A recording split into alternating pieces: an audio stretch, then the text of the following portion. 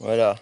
Il semble que, d'après un ami qui s'y connaît en champignons, c'est toujours dangereux, j'ai des bolets en fait qui poussent près d'un chêne liège.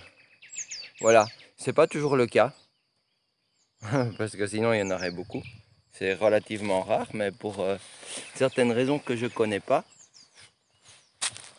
et corrigez-moi si c'est pas des bolets, mais d'après lui, c'est genre des bolets de Bordeaux, si je ne m'abuse, si je ne me trompe pas de nom. Voilà, il y en a un que j'ai pris hier. En fait, j'hésitais à les cueillir, mais je pense que ça vaut la célébration, parce qu'il y a déjà un qui a été mangé cette nuit en partie. Bon, comme ça, je partage. Et puis, ça vaut la peine quand même de goûter, quoi, parce que c'est quand même assez festif, même si j'ai plein d'autres champignons de recyclage, ceux-là, ils sont très spéciaux. Je vais les cuisiner séparément.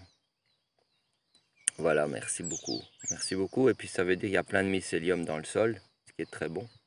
C'est pas étonnant parce que c'est un sol de forêt, quoi.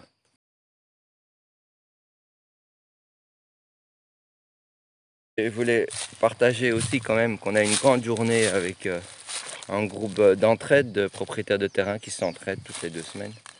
Et là, on a commencé le bassin d'épuration. On cherchait en même temps de l'argile et la terre devient de plus en plus argileuse. Donc j'ai bon espoir de faire des tests avec cette terre qu'on peut l'utiliser en construction, en tout cas en enduit, notamment sur la paille. Et alors, bon, on a installé le réseau, on a installé les tuyaux dans le réseau de tranchées. Ça, c'est une grande chose. Et puis l'autre chose incroyable, ça s'est fait en une demi-journée, quoi, pratiquement. Hop, un jardin de 3 par pratiquement 11 ou 12 mètres. Donc il y a plein de potagers avec la bouse de vache du champ voisin, toute fraîche, avec des vaches très heureuses qui ont un grand espace et qui bougent tout le temps. Et la prairie, elle est pas abîmée. Et, et puis il y a déjà des plantations, quoi. J'ai reçu des plantes, euh,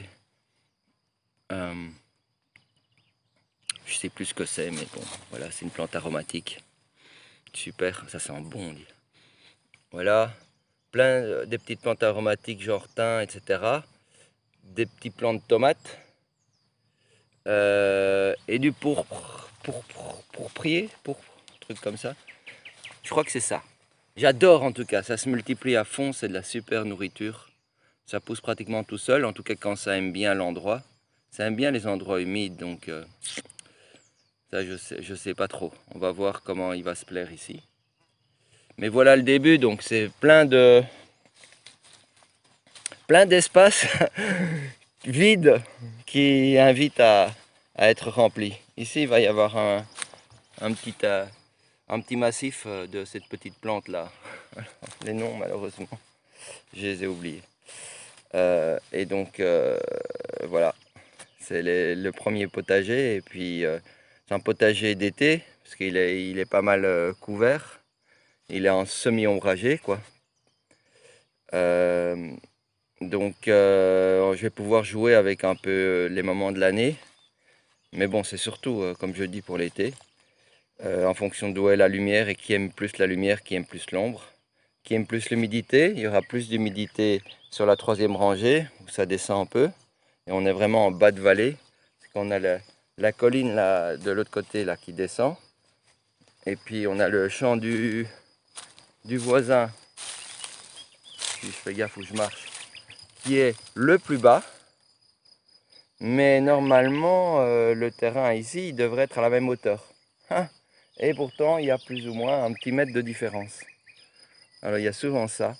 Et en fait, ça vient d'où? Ça vient simplement parce qu'on a construit des murs qui sont restés là longtemps et il y a une accumulation le long du mur d'éléments du terrain qui viennent petit à petit élever le terrain. Et je ne sais pas pourquoi c'est de ce côté-ci plus que de l'autre côté. Mais donc il y a plus de matière végétale, bah, c'est peut-être parce qu'il y a plus d'arbres et tout ça. Et là c'est une prairie, donc ici il y a plus de matière végétale et qui vient s'agglomérer. Du coup il y a une différence de niveau. Mais bon, on est en bas d'une sorte de plateau-vallée, donc il y a de l'eau ici en dessous. La difficulté, c'est de trouver l'eau dans les premiers mètres, quoi. Parce que l'eau, elle est à 10-15 mètres. Voilà. Mais bon, il y a beaucoup de mycélium, il y a beaucoup d'arbres. Ils s'entraident, quoi. Donc le mycélium, il y a pas mal de vers de terre. Tout ça, ça aide à la diversité. Plus il y a d'organismes qui peuvent vivre, qui sont abrités du soleil, qui ont à manger dans de la matière végétale. Plus le sol va s'enrichir, va garder l'eau, plus les petites plantes peuvent pousser et grandir, etc. Et le sol étant couvert de feuilles, il y a beaucoup de mycélium qui permet de transmettre entre les grands arbres et les petits arbres les endroits où il y a des excès de nutriments vers des lieux où il y a des carences. Donc c'est super bien foutu le système de Dieu, quoi. On appelle ça miraculeux, mais c'est pas venu par hasard, quoi. Donc voilà, grande célébration.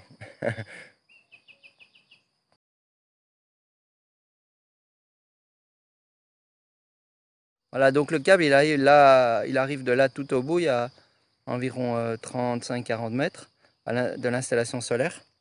Puis il passe, si la tranchée est ouverte là, puis il passe par ici.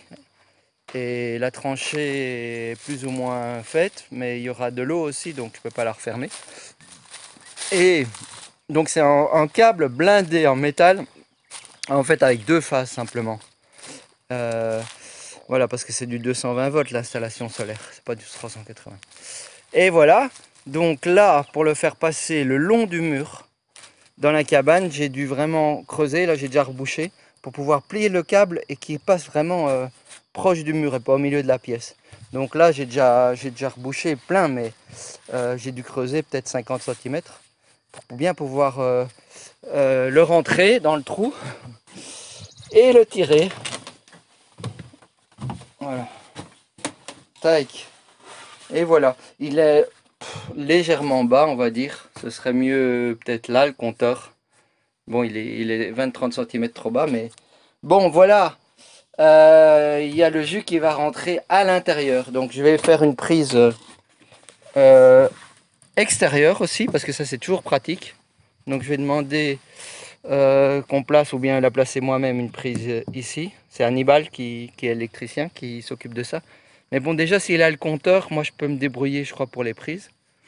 Et puis après, je vais faire passer les câbles ici au-dessus de la porte, ou un truc comme ça. Et puis je vais les faire aller là dans cette pièce là, près du compteur. Bon, il y aura peut-être une prise. Et je vais les faire aller ici dans cette chambre, où il y aura la cuisine. Donc ici ce sera la cuisine, sous la fenêtre. Et donc il y aura genre une prise ici, ou une prise là, pour les appareils électroménagers. Une prise là en bas pour le frigo, où il y a la bonbonne de gaz là. Il y aura... Donc je sais pas comment je vais faire pour... voilà, je vais peut-être cacher juste les câbles en bas. Ou bien si j'ai une défonceuse, je peux faire des entailles dans le bois. Et puis peut-être une prise près du lit, ce serait cool. Après, quand s'il y a un lit de place, il sera mis plus au milieu de la pièce. Là, il y aura probablement un petit muret, des enduits à l'argile et un chauffage au bois, en poêle à bois. Ça, ce sera aussi toute une affaire de le faire sortir proprement. Et puis tout ce qui est la cuisine, les produits et là vont se retrouver sur des étagères ici en haut. Donc ça va disparaître. Ça va être un espace voilà, pour respirer. Peut-être il peut même y avoir un petit canapé, ou bien il faut aussi un petit meuble pour les rangements des vêtements. On verra. Mais bon, une fois qu'il y a toute cette table-là, tous ces trucs-là qui se retrouveront le long du mur, et tout ce bordel-là qui s'en va, ce sera déjà beaucoup plus agréable à vivre. Voilà. Voilà comment adapter une petite cabane de 3 mètres par 3 mètres. Je vous expliquerai la suite.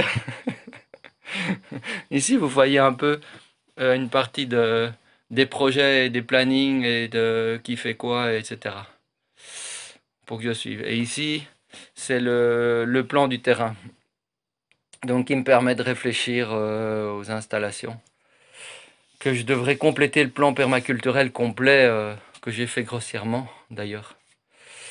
Voilà. Et au-dessus, c'est un dessin de Manou. C'est une petite fille d'un ami de Fred qui m'a offert ce dessin. J'adore, on dirait un vieux monsieur avec un gros nez. C'est peut-être moi, hein.